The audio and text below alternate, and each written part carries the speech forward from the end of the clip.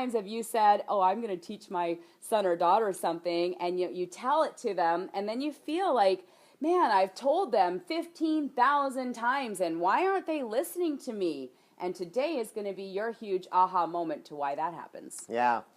Just to give you a little story on what this technique is so empowering or why it works so well.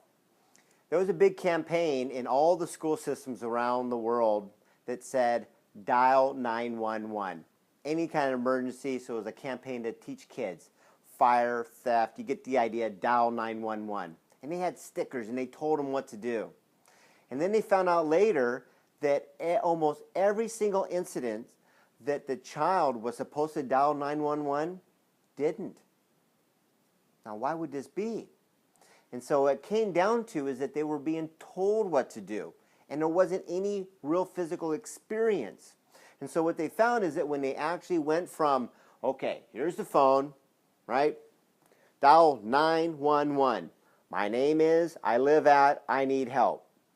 And then they actually gave the child the phone to physically dial 911, say it, and actually physically do it. Even though it was like, yeah, I know how to do it, I know what to say.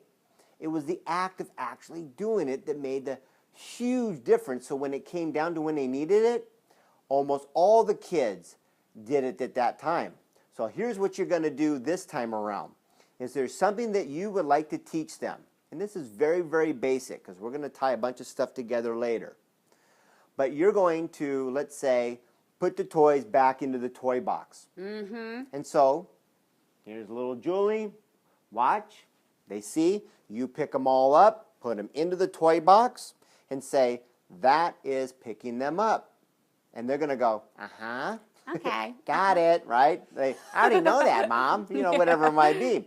So then you take all the toys back out, spread them back out where they were, and show me. Mm-hmm. And you physically watch them. You got it. Pick it all up and put it in.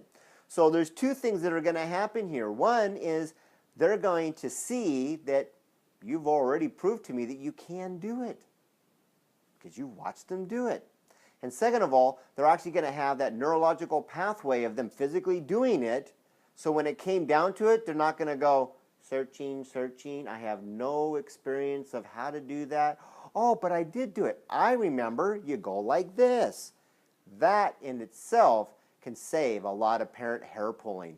Right, because we're all born with a blank slate. I mean, we have a personality, and yes, we can cry when we're hungry, but none of us are born with any kind of life skills or any kind of idea with how the world works. And it's like, go back to your first job when you went there and you'd never seen a switchboard before, and your boss is talking in this like really weird language and you don't even get it. But a year into your job, you're like, oh, that was so simple, right? Because you learned it, you developed neural pathways, and that's what you're doing when you take the time to not just talk your lessons, but actually take the time to show, mess it up, and then have them repeat what you just did. But I have to tell you, the very first time I saw my 7-year-old fold a blanket corner to corner absolutely perfectly, I knew that my kids were capable of so much more than I ever gave them credit for.